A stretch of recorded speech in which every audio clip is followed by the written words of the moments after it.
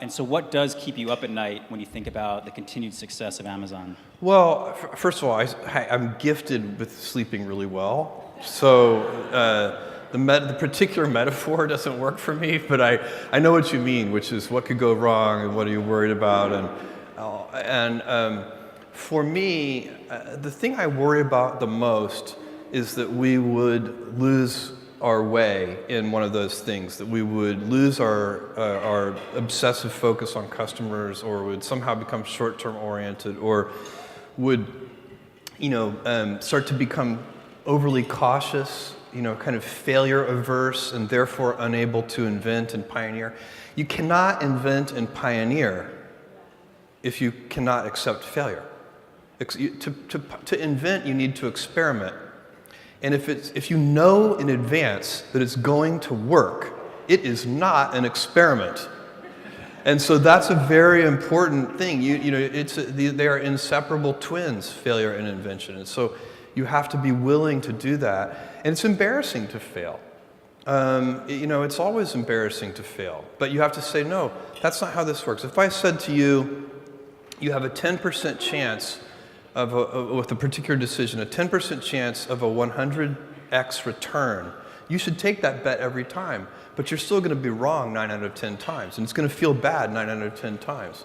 And with technology, the outcomes, the results can be very long-tailed. The payoff can be very asymmetric, which is why you should do so much experimentation. Everybody knows that if you swing for the fences, you hit more home runs, but you also strike out more. But with the baseball, that analogy doesn't go far enough, because with baseball, no matter how well you connect with the ball, you can only get 4 runs. The success is capped at 4 runs. But in business, every once in a while, you step up to the plate and you hit the ball so hard, you get 1,000 runs.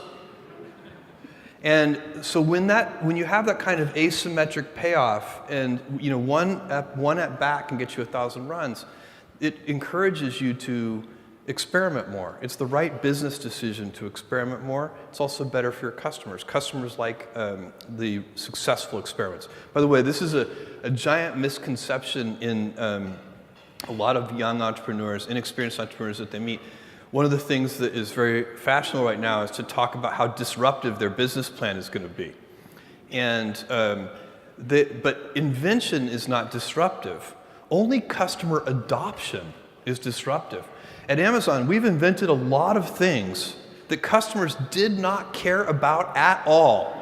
And believe me, they were not disruptive to anyone. So it's only when customers like the new way that anything becomes disruptive. And so really, it's just saying that you want to, if somebody comes to you with a business plan that they claim is disruptive, you should ask them to explain it to you in simpler language. And the simpler language is, why are customers going to adopt this? Why are they going to like it? Why is it better than the traditional way?